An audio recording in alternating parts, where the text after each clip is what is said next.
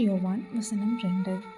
பிரியமானவனே, உன் ஆத்துமா வாழ்கிறது போல நீ எல்லாவற்றிலும் வாழ்ந்து சுகமாய் இருக்கும்படி வேண்டுகிறேன். நம்ம மரித்த அப்புறம் நமக்குள்ள இருக்கிற ஆவி அது தந்தவரிடத்திற்கு போயிடும். நம்மளுடைய சரீரம் மண்ணுக்கு திரும்பும். நம்முடைய ஆத்துமா பரலோகம் இல்லைன்னா நரகம், இந்த 2 இடத்துல ஒரு இடத்துக்கு போகும்.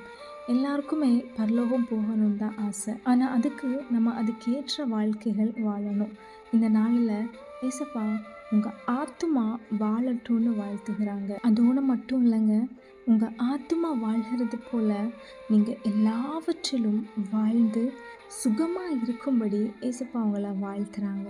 எவ்வளோ நல்ல தகப்பன்ல அவருடைய பிள்ளைகளாகிய நாமும் அவரை பிரியப்படுத்துகிறதான ஒரு வாழ்க்கை வாழலாம். உங்கள் ஆத்துமா வாழ்கிறது போல நீங்கள் எல்லாவற்றிலும் வாழ்ந்து சுகமாக இருப்பீர்களாக. ஆமென்.